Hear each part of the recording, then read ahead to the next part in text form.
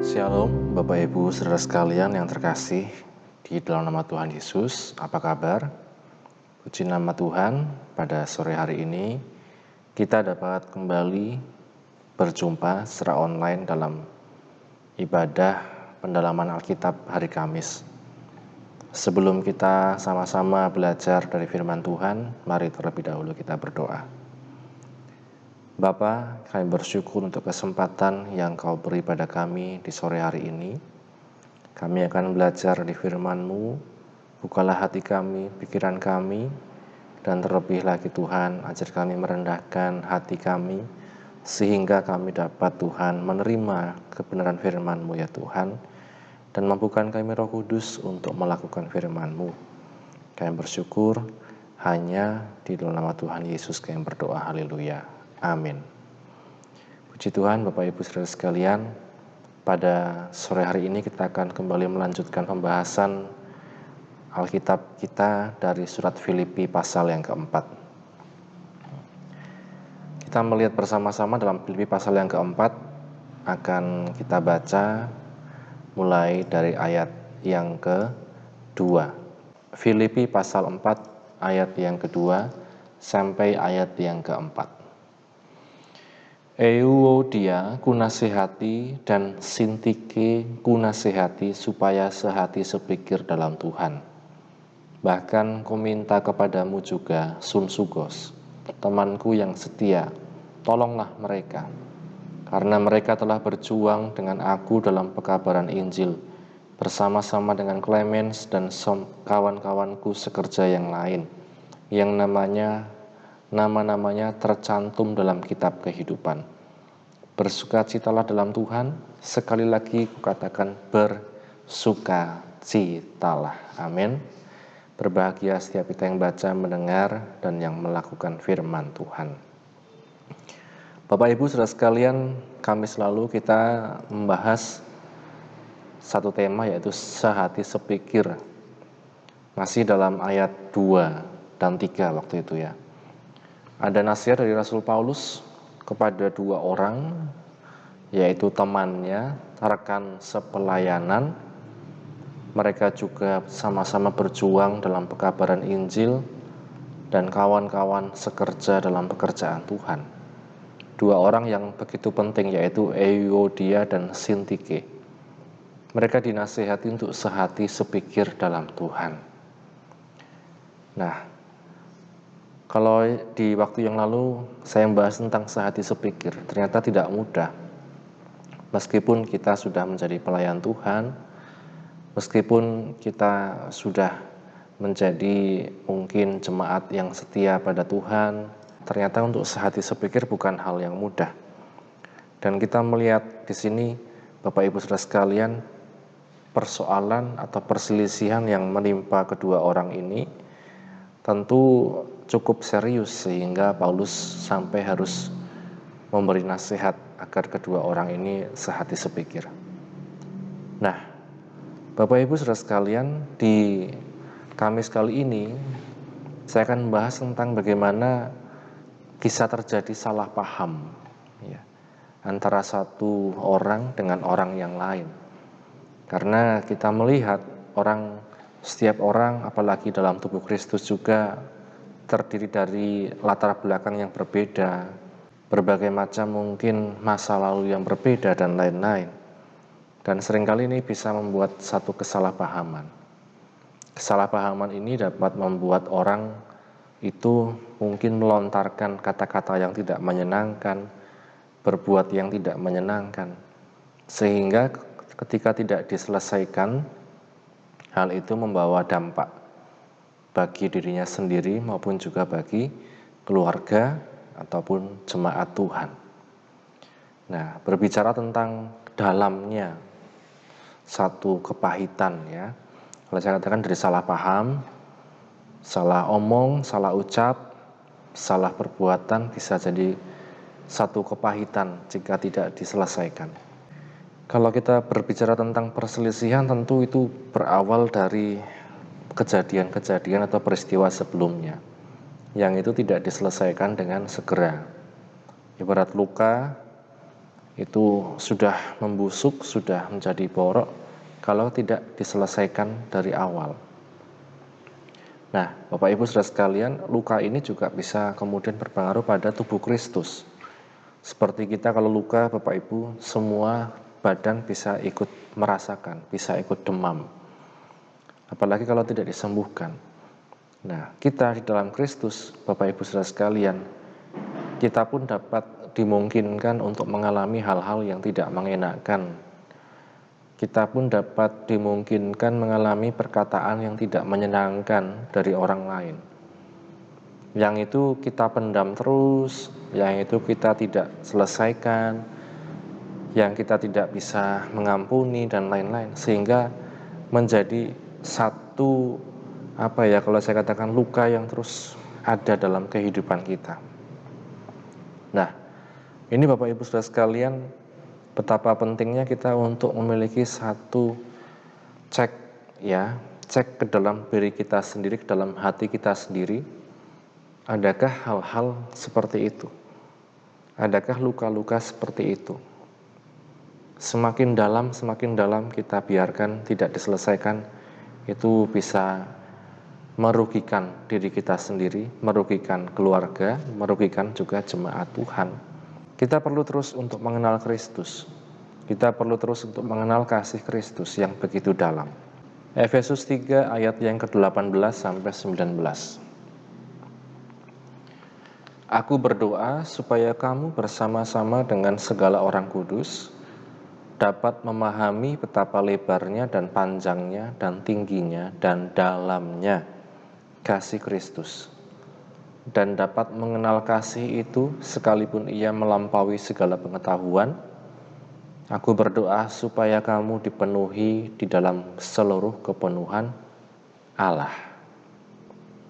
Satu doa Rasul Paulus dikatakan supaya jemaat Tuhan bersama-sama segala orang kudus dapat memahami betapa lebarnya, betapa panjangnya, betapa tingginya, betapa dalamnya kasih Kristus, dan dapat bukan hanya memahami tetapi mengenal kasih itu yang terwujud dalam pribadi Kristus sendiri, sekalipun ia melampaui segala pengetahuan. Aku berdoa supaya kamu dipenuhi dalam seluruh kepenuhan Allah.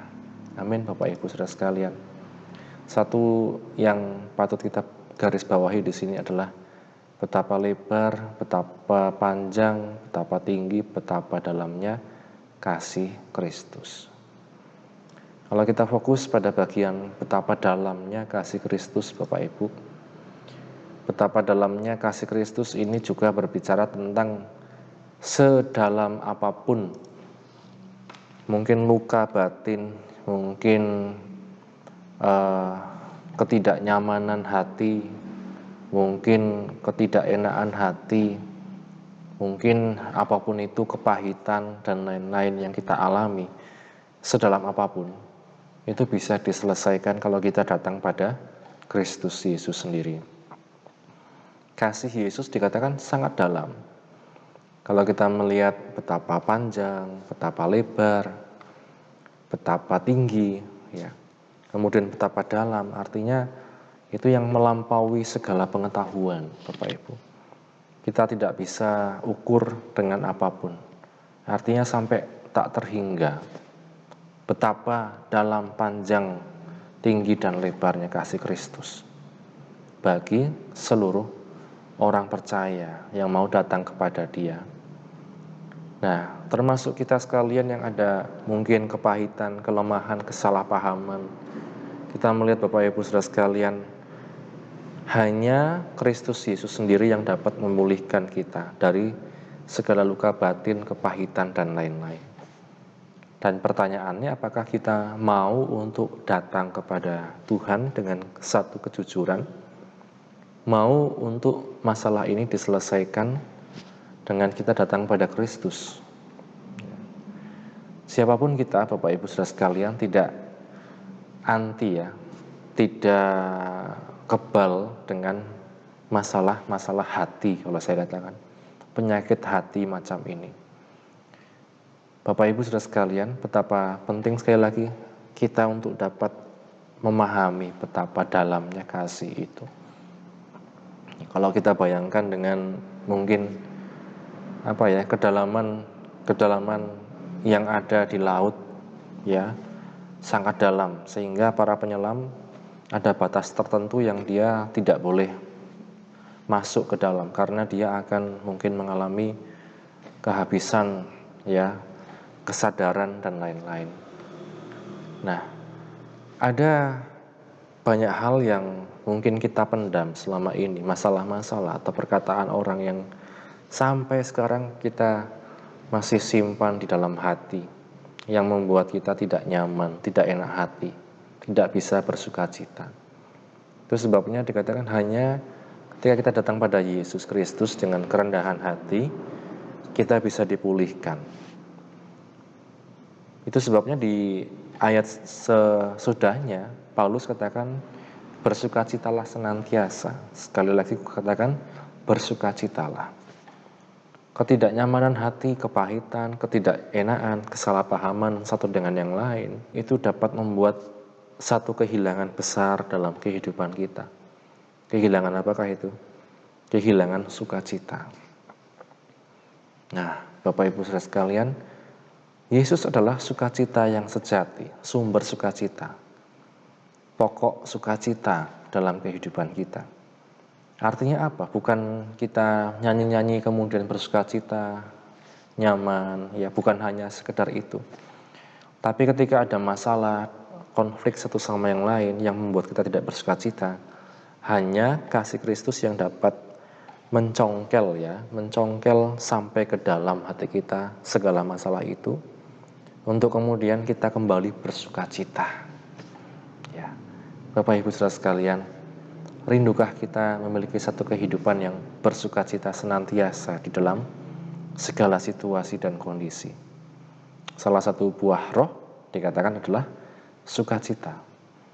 Nah, itu sebabnya untuk masalah hati, penyakit hati ini bukan dengan kekuatan kita sendiri bisa kita selesaikan, tapi dengan kemauan kita untuk terbuka, sehingga Yesus Kristus, Tuhan Yesus, Roh Kudusnya itu memberi satu pemulihan di dalam hati kita, memberi satu kesembuhan di dalam hati kita.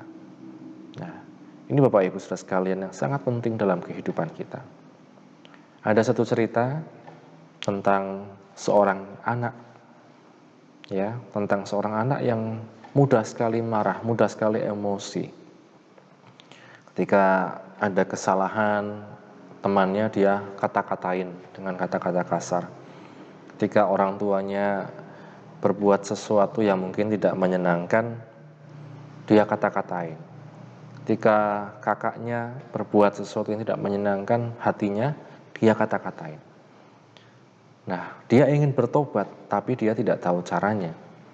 Dia ingin bertobat, tapi dia bingung seperti apa. Sebab seperti otomatis, dia katakan itu otomatis, kata-kata kasar dan lain-lain.